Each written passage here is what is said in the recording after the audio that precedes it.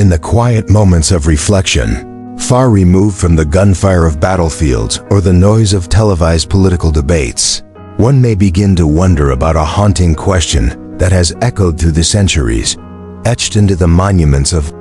fallen empires, whispered in the corridors of war memorials, and concealed beneath the polished smiles of peacetime diplomacy. Why must humans, who are capable of love, reason, and transcendent imagination, continue to engage in acts of war,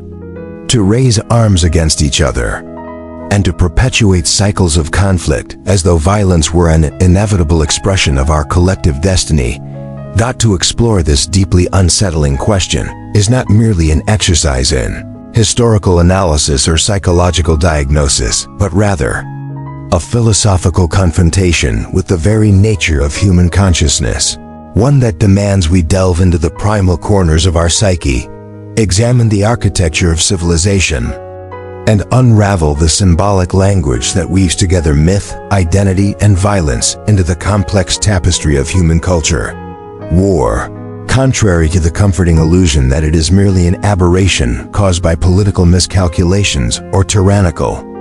ambitions, is in fact a recurring symptom of something embedded far more deeply in the human condition, an ancient and enduring psychological drive that manifests not only in organized violence between nations,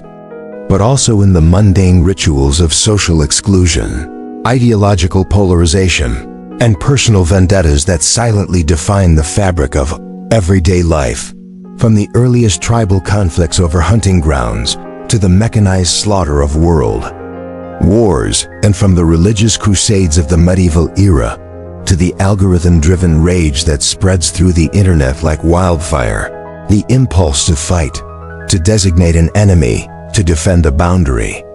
to assert dominance has not vanished with the march of progress, but has instead evolved, adapted, and found new arenas for its expression, often hidden beneath the veneer of civility and rational discourse. To begin understanding this phenomenon,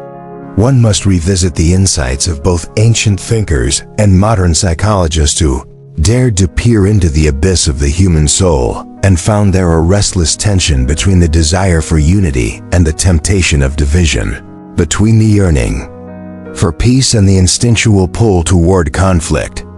revealing that war is not only an external event, but an internal drama played out within the psyche of each individual. Sigmund Freud, in his profound and disturbing work Civilization and Its Discontents, proposed that the very process of building civilization requires the repression of natural instincts, particularly aggression and the sexual drive, which do not simply disappear, but are instead redirected, internalized, and when the pressure becomes too great, explosively discharged through acts of violence, both personal and collective, making war not a failure of civilization, but an extension of the psychic contradictions that civilization itself engenders. In Freud's formulation, the death drive, thanatos, lurks beneath the surface of the social contract, an ever-present counterforce to eros, the drive for life, connection, and creativity, ensuring that the suppression of internal conflict eventually gives rise to its external projection, turning other human beings into scapegoats, enemies, and finally, targets for annihilation, as if their destruction could somehow resolve the inner chaos we are unwilling or unable to face. This psychological framework finds a powerful complement in the theories of Carl Jung, who introduced the concept of the shadow, the dark, hidden, and often disowned part of the personality that contains not only our primal instincts, but also our deepest fears, forbidden desires, and unresolved traumas, all of which, when unacknowledged, are inevitably projected onto others, transforming them into bearers of our own unconscious material and justifying the violence we feel compelled to inflict upon them. In Jung's view, the enemy is rarely who we think they are. Rather, they are a symbolic mirror of the disavowed aspects of ourselves, and war becomes the grand projection screen upon which entire societies externalize their inner conflicts, engaging in rituals of destruction, not only to eliminate the physical presence of the other, but to exorcise the psychological burden of the unresolved shadow that each individual and group carries within their collective unconscious. History offers endless confirmation of this theory, as it shows that every mass conflict, every genocide, every wave of persecution and oppression has been preceded by a symbolic act of dehumanization, a psychological preparation in which the enemy is stripped of individuality, complexity, and humanity, becoming instead a repository of all the fears, frustrations, and hatreds that we cannot bear to confront within ourselves, thus enabling acts of unspeakable violence to be committed with a sense of righteousness, even moral duty. This psychological mechanism operates not only in the grand theaters of history, but also in the smallest and most intimate aspects of our lives, where the need to be right, the refusal to admit fault, the compulsion to dominate, or silence another are all subtle manifestations of the same inner dynamics that, when amplified and legitimized by power structures, lead to the horrors of war, suggesting that the roots of war lie not in geopolitics or ideology alone, but in the unresolved emotional wounds and unexamined beliefs that reside within each person's heart and mind. Yet this understanding also invites a deeper and more difficult question. If the tendency toward conflict is indeed rooted in universal psychological structures, does that mean it is inevitable, immutable, a fate we are doomed to repeat endlessly with each generation? Or is there a path through which this inner war can be recognized, confronted, and ultimately transformed into something more constructive, more human, and more aligned with the higher aspirations of our species? To answer this, we must consider not only psychology, but also the role of discourse and power. As the French philosopher Michel Foucault argued with piercing clarity that language is not merely a tool for communication, but a vehicle for the exercise of power, one that constructs reality itself by defining what can be said, what must be feared, and who must be opposed, thereby shaping the very conditions under which war becomes thinkable, justifiable, and inevitable. According to Foucault, the institutions of society, be they political, religious, educational, or technological, do not merely govern our external behavior, but subtly condition our internal categories of perception, defining who belongs and who does not, what is normal and what is deviant, who is trustworthy and who is dangerous, thereby laying the groundwork for conflict long before a single shot is fired or a declaration is made, making war not only a political act but a deeply discursive one, rooted in the symbolic order of language and ideology. In this light, the modern battlefield is no longer confined to physical spaces. It has migrated into the realm of symbols, images, and digital information, where identities are forged and destroyed at the speed of thought, and where social media platforms, operating on algorithms that reward outrage and division, become breeding grounds for psychological warfare, turning citizens into soldiers of ideology and opinion, locked in endless virtual battles that mirror, in disturbing ways, the tribal conflicts of our ancestral past. This convergence of psychological projection and discursive construction creates a feedback loop in which fears are confirmed, hostilities reinforced, and empathy systematically eroded, leading to a social environment where the other is no longer a fellow human being with whom dialogue is possible, but a caricature, a threat, a manifestation of everything that must be defeated, silenced, or erased, thus ensuring that the potential for war, be it symbolic, cultural, or physical, remains ever present, lurking beneath the surface of even the most peaceful-seeming societies. And yet, if we accept that war is not simply a historical event, but a recurring psychological pattern, then we must also accept that peace cannot be imposed solely through treaties, laws, or institutions. It must be cultivated from within, through a radical transformation of consciousness, one that requires the individual and the collective alike to confront their own shadows, to question the narratives they inhabit, and to develop the capacity for self-reflection, empathy, and genuine dialogue. This path is not easy, for it demands that we relinquish the comforting simplicity of moral binaries, that we recognize the humanity in those we have been taught to despise, and that we take responsibility for the projections we place onto others. Acknowledging that the battle we most need to fight is not against some external enemy, but against the unexamined impulses and unconscious fears that lead us to create enemies in the first place. True peace, then, is not the absence of conflict, but the presence of awareness, a state in which the forces of division and aggression are not denied or suppressed, but understood and integrated, allowing for the emergence of a new kind of human relationship, one not based on domination or fear, but on the shared recognition of vulnerability, complexity, and interdependence. And it is this peace, fragile, yet profound, that holds the promise of a world beyond war. And so, if we are to continue this deep psychological inquiry into the phenomenon of war, not merely as a historical occurrence, marked by battles and treaties, but as an enduring manifestation of the human psyche and the collective shadow, it becomes essential to reflect on the subtle ways in which conflict is not only maintained by external structures of power, but also perpetuated by internal structures of identity, fear, and unresolved emotional wounds that pass silently and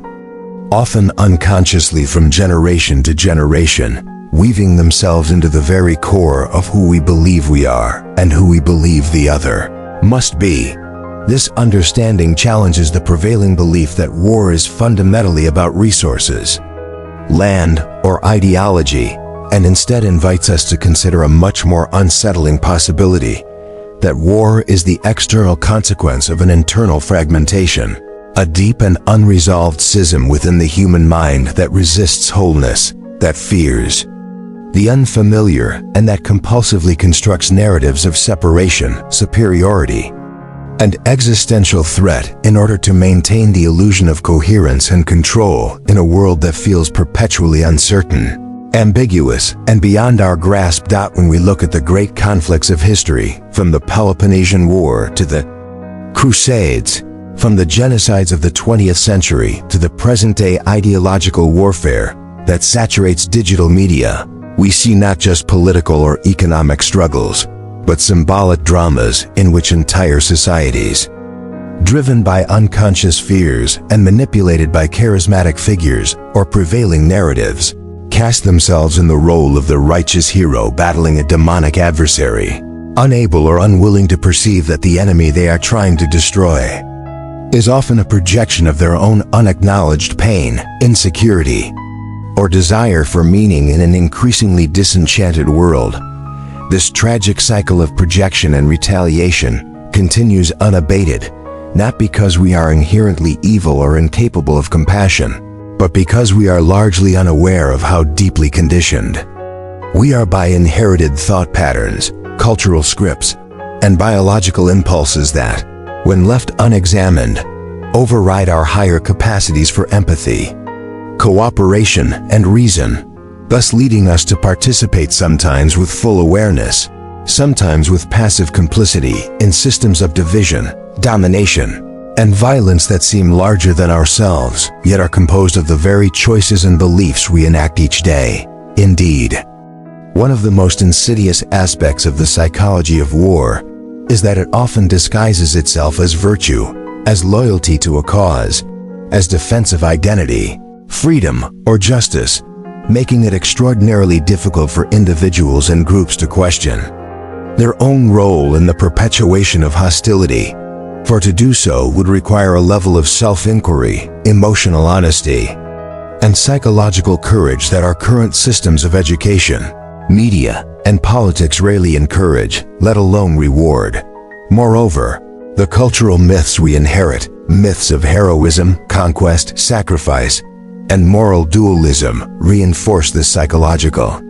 architecture of war by embedding into our consciousness the idea that conflict is not only inevitable but noble, that victory over the enemy is proof of righteousness, and that peace is something to be achieved through strength rather than through understanding, thus rendering any genuine attempt at reconciliation or integration as weakness, betrayal, or naivety in the eyes of those still possessed by the unconscious logic of domination. This conditioning begins early, often imperceptibly through language, stories, symbols, and even childhood games that romanticize war, demonize the enemy, and equate vulnerability with failure, teaching us long before we are capable of critical thought that power is the antidote to fear and that safety can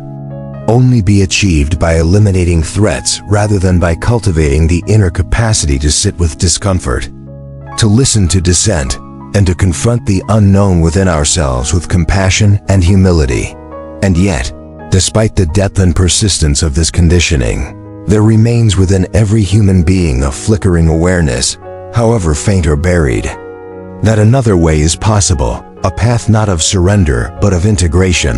not of passivity but of conscious engagement with the forces within us that long for connection even as they are pulled toward conflict. And it is this inner path, often described by mystics, psychologists, and philosophers alike, that offers the only true hope of ending the cycle of war at its root, rather than merely treating its symptoms on the surface. This path begins with the recognition that the enemy, as Jung so eloquently stated, is not just a person or a group outside of us, but also a part of ourselves that we have not yet made peace with, a disowned fragment of our own being that cries out for attention,